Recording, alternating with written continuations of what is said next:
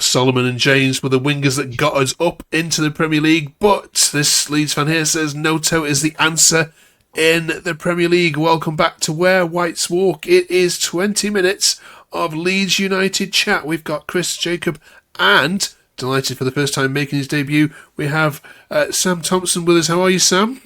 I'm very well, thank you. Thank you for the invitation.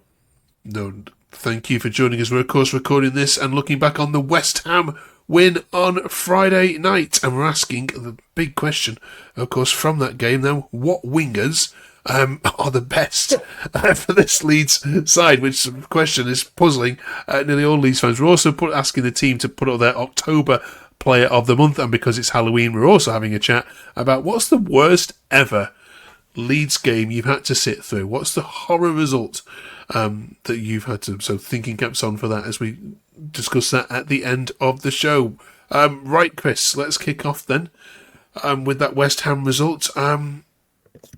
Let's just get some of the negative bits out of the way with. Were West Ham that bad or were Leeds that good? I think they were that bad. The amount of times they got cut open through the middle was quite nice to see, actually, because I would have said that would have been us normally, but yeah, I think we played really well the first half, and then we sort of changed our tactics up the second half and decided to just sit on that lead with about 25 minutes to go. And the fact that they still struggled to really pose any threat up until the very last few minutes, I think they're just a really bad team, and I can't see them staying up, to be honest, even if they do have Bowen. Yeah, lots to dissect in that game. We're going to talk about Okafor, Longstaff, and others. Let's get into this wingers debate then, shall we? First, though, Jacob, who are the best two wingers in that Leeds squad that need a consistent run and that are going to keep Leeds up? I think when everybody's fit, it's got to be Okafor and Willie Gnonto. I think that's a no-brainer. Obviously, Dan James would be the backup to Gnonto. Saying that, Aronson had a really good game on Friday night. Obviously got his goal, but his overall play, it was probably one of the best games he's had in the Leeds shirt. So yeah, but I definitely think Okafor and Gnonto take those two spots for me.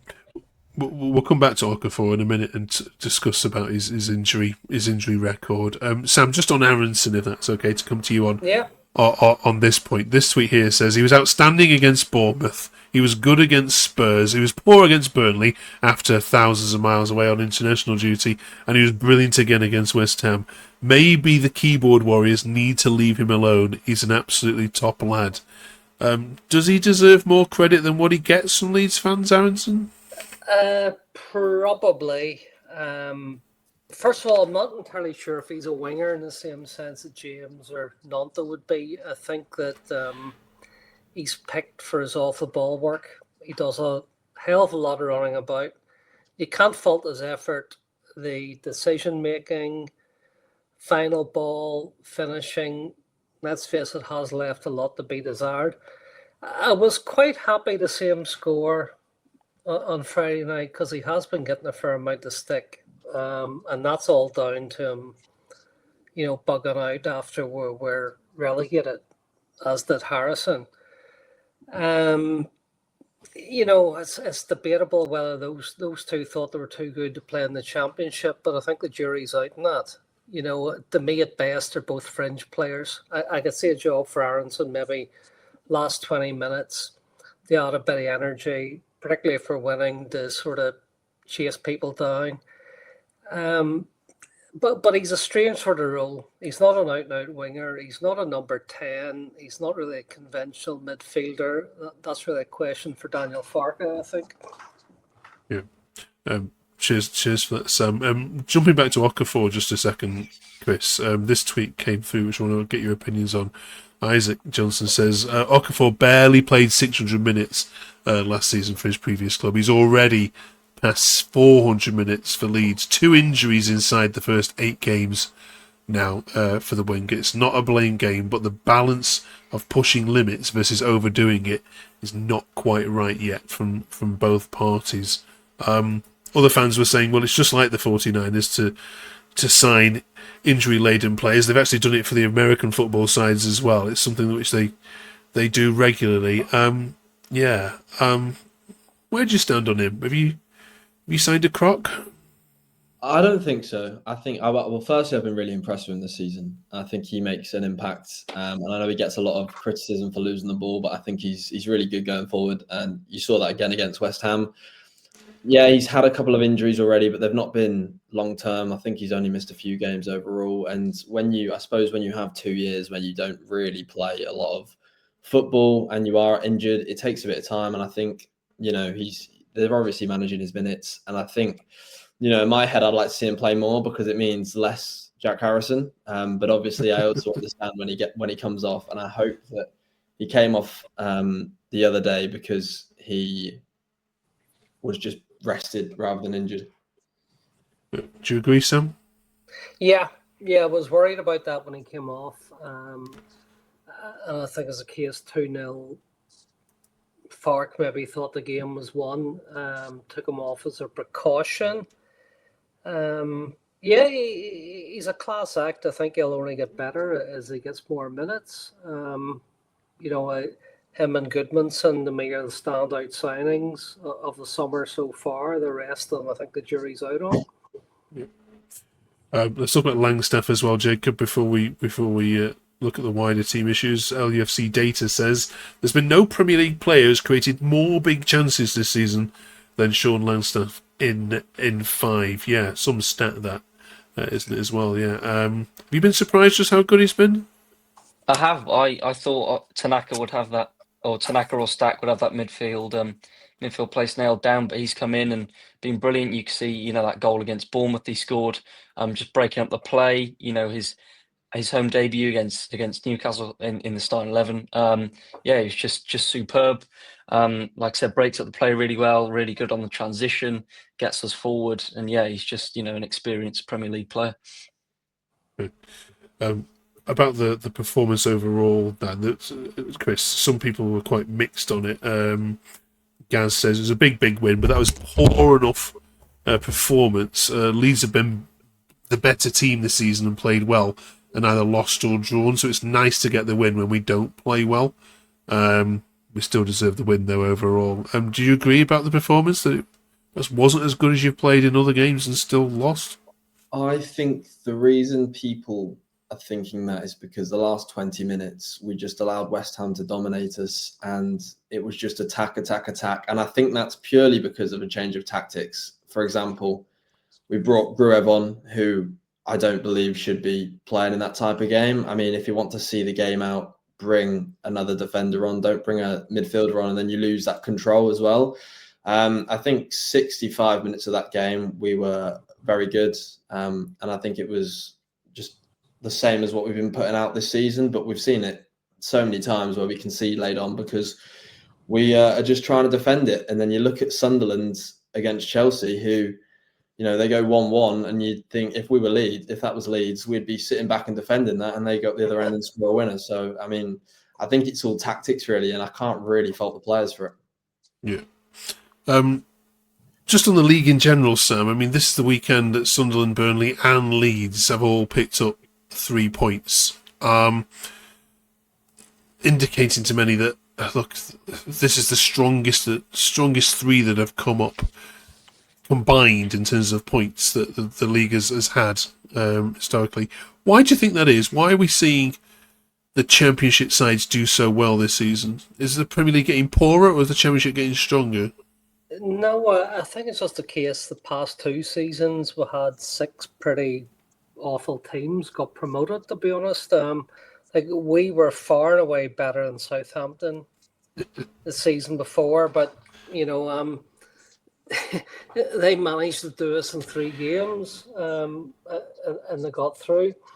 I think we're all probably a little bit jealous of how Sunderland's done with their, are 20 odd points behind us, and they seem to have spent in a much better way. But we had a tough game in Chelsea, and they won it. And we need to go and start beating some of the so-called top 6 as well.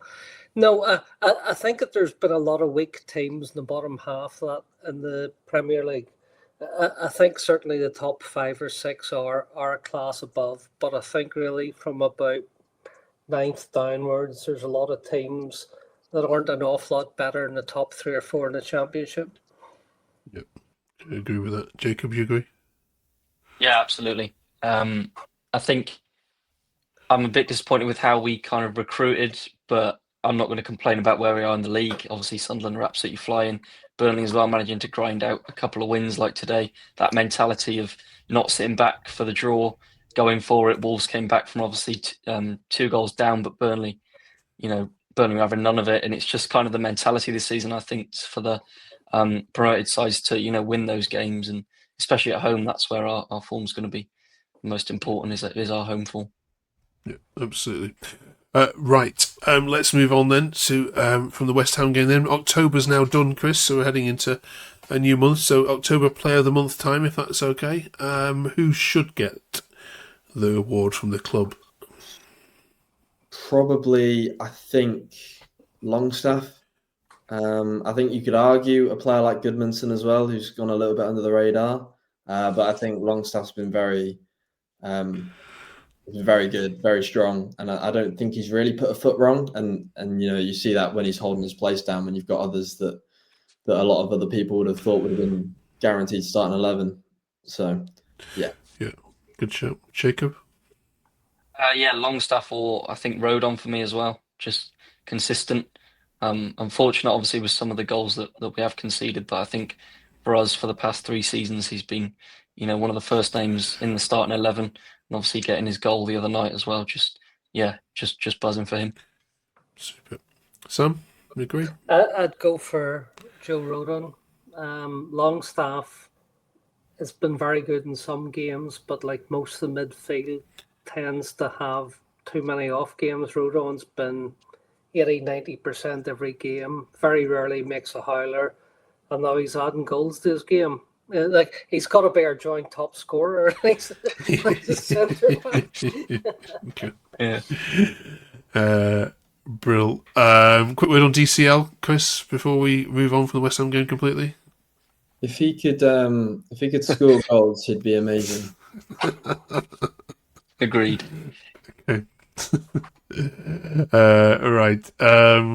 This weekend then is Halloween, or Friday is Halloween. So of course, every year we do this.